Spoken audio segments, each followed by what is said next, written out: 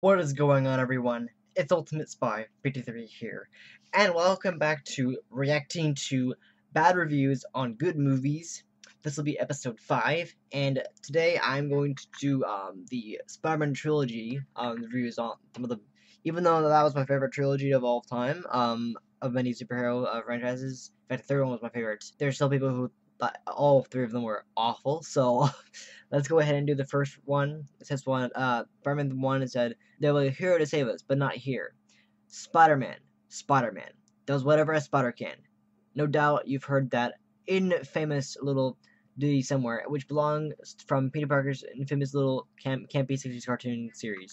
So at least some of you know who Spider-Man is. Now, the show was based on a character who had his own comic series, and he first appeared in a final issue of a short-lived fantasy series called Amazing Fantasy. 40 years after that issue saw print, that same character has finally made his first ever appearance on the big screen, excluding cameos in other movies. And what can I say? It sucks. The acting is bad. Not really. The plot is messed up. Okay, so Uncle Ben dies around June, since it's really before Peter's graduation, and then only an hour later, it's Thanksgiving. When did all this time pass? There's no chemistry between any of the actors. The special effects are lame, and the story element is forgettable. What? When did he fall from grace?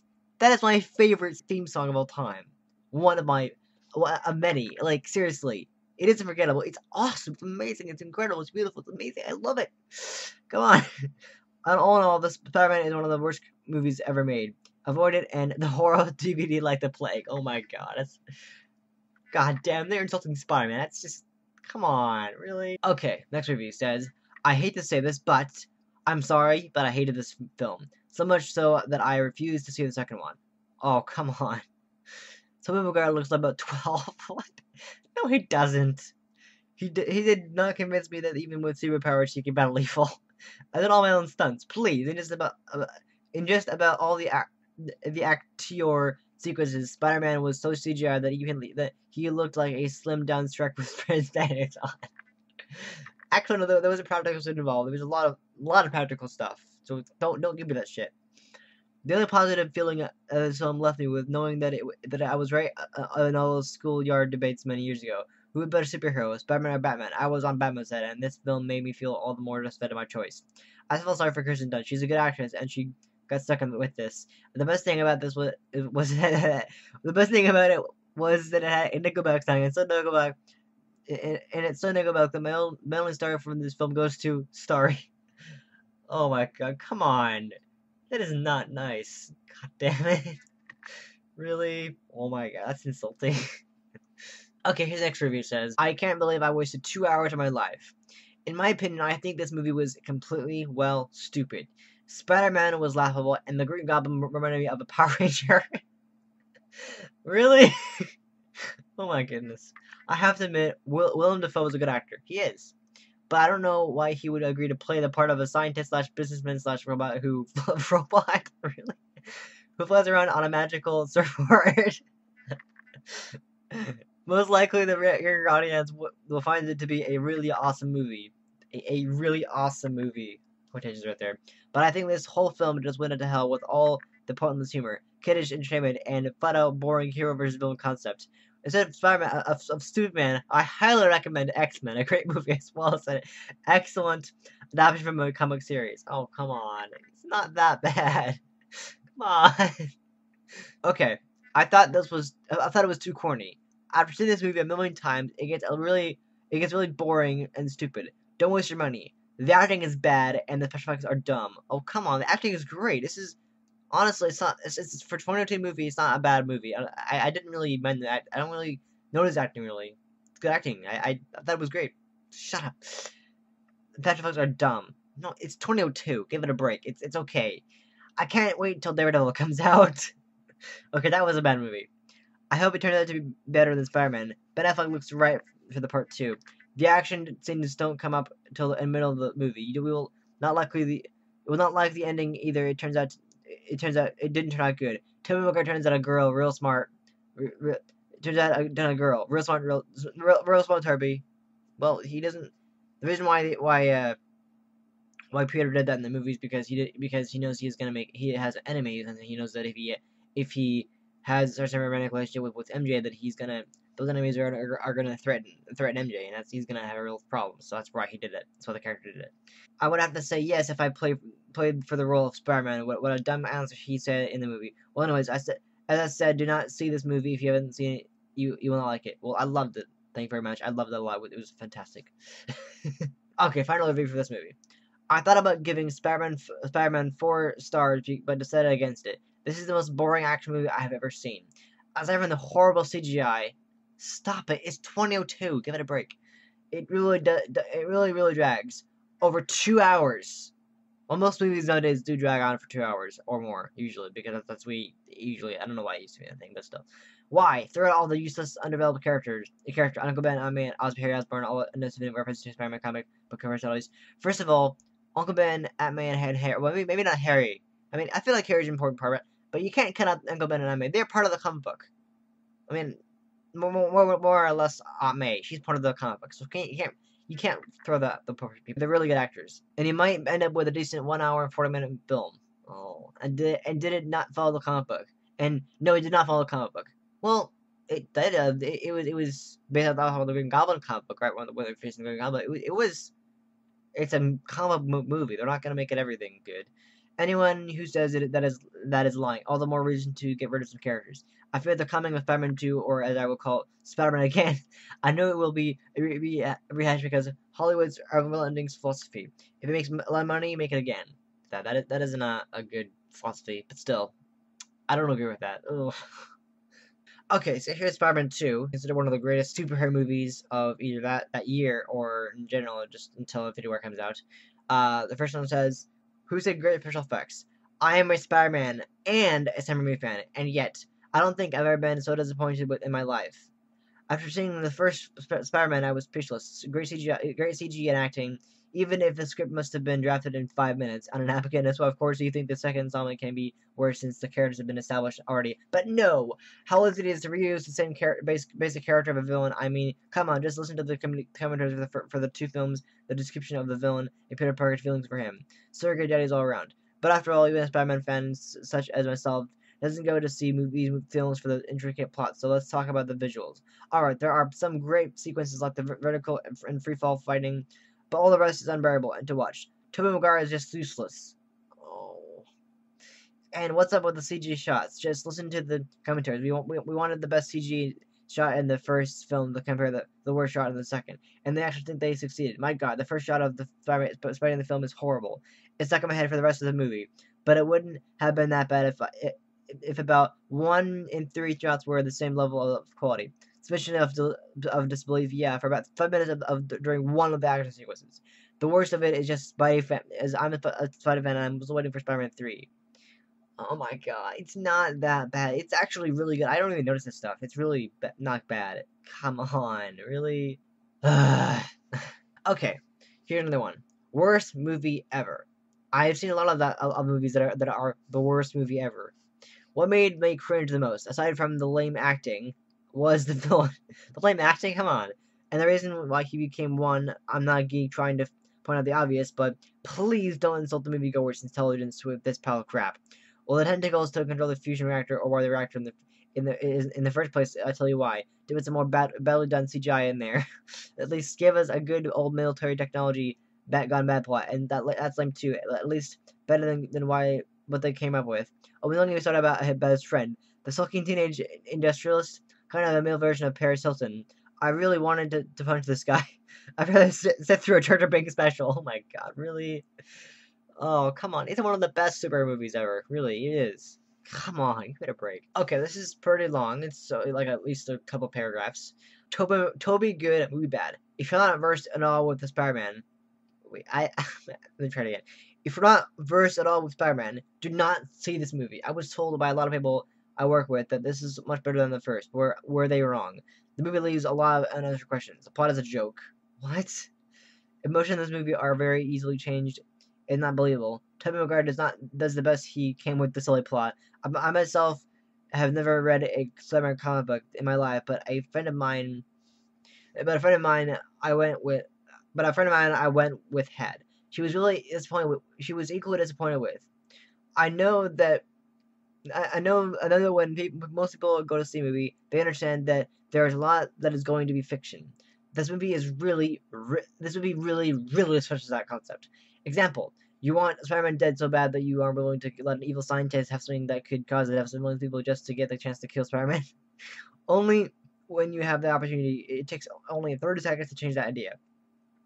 This is just one of the many scenes that takes place in this movie that really doesn't make sense. Also, I don't really know about you, but if I were in a bank, I wouldn't notice a man with eight limbs, four of which are metal, come in. Harry Potter was released a month ago. I thought that movie was 100 times better. It had a plot, a hero, and a well thought out script. Spider-Man 2 seems to struggle to get a very predictable plot climax at the end, as well as having a hard time bringing a lot of ideas to a head. Like a lot of people in the theater with me, confusion was on my brain. Save your money, but Harry instead. Harry Potter, that is. Oh, come on. That is just mean. Come on. Bad plot, really? I don't understand what's about the plot. It's, come on, Doc Ock is the badass villain. I mean, this is one of the best Spider-Man movies ever made. Seriously, it is. God, why am I doing this myself? Where it all began, it was it was all bad. I really enjoyed the first Spider-Man movie and was anticipating the sequel, and then had the unfortunate opportunity to actually see it. The story seemed to be written by a fourth grader. Oh my god. The cinematography was so choppy, and the characters were poorly developed. And it was beyond weak. Oh, come on. I actually liked Tobey Maguire being selected and thought he was a good fit in the first movie, but in the sequel he seemed so pathetic. The movie began, I listened to my husband that apparently Spider-Man meets his demise by suicide since his life was such crap. There were so many subplots that never went anywhere. The annoying friend. What annoying friend? I don't know what you're talking about. The annoying landlord. Oh, they're talking about the girl and the her dad, the landlord. I don't know. The annoying landlord's daughter. The landlord's daughter, Aunt May. They spelled May wrong. It's M-A-Y, not M-A-E. Aunt May. Yeah, Aunt May moving out, where is a good edit when you need it. Overall, I think this movie is almost comical. It is so bad. But wait, anime moving out. Oh, that's right. Isn't wait? Didn't she move out in the third one? I feel like that's. I don't know. I'm thinking of the wrong movie. Where's he gonna do what he needed one? Overall, I think this movie is almost comical as it is so bad. Please don't waste your money or time on this movie. Oh my god, really? Plus, they think the story was written by a fourth grader. Oh my god, really? Wait till the movie. Come on. Okay, this is a pretty crazy one. This is one that this looks like a really funny one. What? Am I crazy? Why does everyone love this movie? Because it's awesome. And only is the Spider-Man movie series dumb. Oh, come on! But this one especially is horrid. First off, the dialogue is so stiff and uncomfortable. If you have seen the recent Star Wars movies with Pat-Man and Anakin, you'll know what I mean. Everything is so damn corny. I also hate how in this movie they gave Spider-Man Superman abilities. Like what? Like hold on an entire wall, like to hold an entire wall from falling. What? Well, he is Spider-Man. Spider-Man, a spider. He gives the strength of the spider. A spider is really strong. If you've seen the Infinity War, spots, you'll notice he's able to like hold on to a metal hand by I think Obsidian or whatever his name is. Obsidian, I think his name is. That's crazy. So Spider-Man has the strength of a spider, and that's really strong. So yeah, he can do that. Then he takes these incredible falls without a scratch or bruise or anything. For instance, he's flying through the city from skyscraper to skyscraper, then falls from way up there and falls right on the roof of a small building. Ugh, ow. Because his webbing is jammed. Like it won't go anymore. Like he's lost his powers have just jammed or something. So that's why he's fall. That's why bad city wide. So he can't. Don't give me that shit. Then he falls off a speeding subway train off a speeding subway train on top of a high bridge and falls right slab on a road below, and then gets up and runs away. He's Spider-Man. Come on, this is by far not the best kind of movie at all, but not the worst. Superman in the 70s was worse. Then the old show Batman from the 2000s, then these Spidey movies, then Hulk, then the last two Batman movies in the other 90s series, and X-Men, and the first two Batman movies in the 90s. And then the best comic movie ever is the new Batman Begins. Go see that if you want a truly good comic movie that was surprisingly good, no coordinates at all. That's a first of comics. Oh, come on. Oh my god.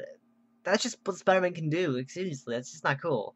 Oh my goodness. Spider-Man 2, it's a great movie. It's an awesome movie. It's fantastic. Okay, so here's the brutality of it, because this is now the third movie, which I would think was honestly one of the best Spider-Man movies of all time. Well, both Spider-Man 2 and 3. I personally thought that Spider-Man 3 was one of my favorite Spider-Man movie ever. I just loved it a lot. It was so awesome, and I just thought it was fantastic. So, but people liked it, and that they hated it a lot. They just love to hate it, don't they?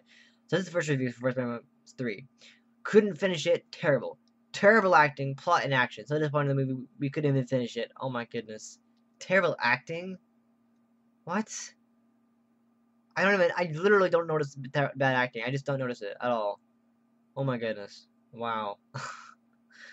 That's unfortunate. Awful. Already enough. Enough already. Too many villains and an atrocious telling of the alien costume saga really made you really ready for the end of the Tobey Maguire run as the wall crawler.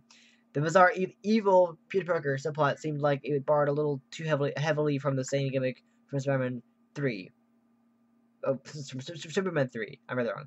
But evil Superman was far cooler than evil Spider-Man. Evil Parker is just an arrogant jerk. Too much CGI, too much noise, and seriously not a film I want to rewatch. It was actually pretty cool CGI. I didn't really care about it, really, and the reason why he was acting like a jerk all that stuff is because the symbiote was taking control of him, so he basically decided to act like a jerk. That's why. So, bad. Really bad. Even though, I think they probably should have respelled that as though instead of thought. Even though the first two have many errors, they're still good movies. This one should have never been made. Oh my god. Really? And what's with Hollywood's love affair with Bryce Howard? Notice how many failures she's in. Like, she's like Queen Latifah. Whatever movie she's in, it sucks, and if it happens to make dough, it's not because of her, but it's part of her. She sucks. So come on. Of all the beautiful blonde women in this world, and they couldn't find a single one, she is gorgeous. Come on, give her a break.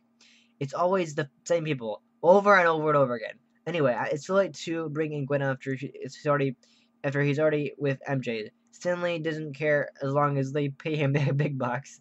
Marvel's not what it used to be. Terrible script. A fifth grader could have written a better one. Too many villains and mostly badly cast. Actually, I think that Thomas St. Jordan was actually pretty good. The movie made Spider-Man 4 impossible. Also, terrible script. I have no idea what about a terrible script is, really. I mean, I think we're running out of time. I thought that some of the lines in the were not all that great. I just thought that they could have had a better lines than some of them, but still, come on, give it a break. It's not that bad. I think this is a pretty funny comment. The fact that whatever Bryce Howard's in, it sucks because she's in it. It's like, come on, really, give her a break. She's amazing. Killed the franchise. This is a pretty long one, so let's get through that. Bad movie, just bad. Way too much going on here. Too many villains. Too much wooden acting. Courage is to help us damsel in distress. This movie is highly implausible, even for a superhero flick. Are we to believe this intelligent alien life form just happened to come down in the park where Peter Parker is and glom onto his little weenie scooter? I think Raimi's trying to cram too much into this film, and the mechanisms between Parker and Mary Jane are laughable. I suppose the fight scenes are pretty good, but then it's hard to botch a fight scene with the computer animation and the budget that the film was slinging around. One more bone to pick. It occurs to me that this was only released in widescreen or DVD format. What about those of us who purchased the first two movies in full screen? If the other two movies are released in both formats, then then this one should be as well. Let's hope this is the end of the Spider-Man movie franchise. Superhero movie sequels can only go so long. Look what happened to the Batman franchise before Christian Bale came along. That George Clooney Batman film, horrible. I agree, but no, this is not the end of the Spider-Man movie franchise. There's Spider-Man Homecoming and the Amazing Spider-Man movies, which actually are pretty bad. But come on, oh my god, oh, come on, this is not fair. It's not bad at all. I love this movie. It's so great. It's a great movie. Okay, final review. CGI overkill. I turned this off after 10. I turned this off 10 minutes into the movie because the CGI overkill was making me sick. Oh my god, really? Ugh. if they have a movie with a budget this big and the fan base to support it, then write a decent script rather than trying to outdo Star Wars by using CGI for 99% of the movie and trying to add 1% plot around it. Oh my god. The movies might well have gotten better after the first for a full hour, the first half hour, but I will never know because I cannot stand the useless and terrible looking CGI with actors who don't cast their head or light from their surroundings. Sometimes I can see past the bad CGI, but this one is just overkill, and it really needed to tell anything to the story. The whole Allies way surfboard scene just turned me off completely. I'm glad I didn't waste money on this one. Well, actually, I think that Venom was actually pretty awesome. Even though he was mostly CGI, he was awesome in that movie. And, the new Goblin was pretty cool, too. I don't know if people have a problem with CGI anymore. CGI is getting a lot better, and I think the CGI for Spider-Man 3 was actually pretty darn good. Honestly, it was an amazing movie, seriously. So, but still, it's interesting to see what people have to say about that movie, because I don't agree with it at all. I don't see any reason to believe that this movie sucks. It was a great movie. So, anyway, that's all I can say about that. And that does it for this episode of reacting to bad reviews on good movies. So it was pretty fun. I really like this one. There's some really good ones for Spider-Man 2.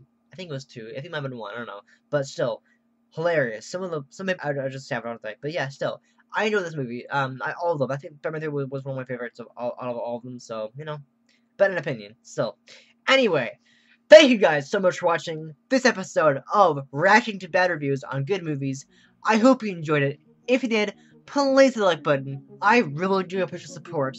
And if you're new to this channel, subscribe for more episodes of this series and other series that I do, as well as other great content. And I'll be back next time with another episode. Alright? See ya.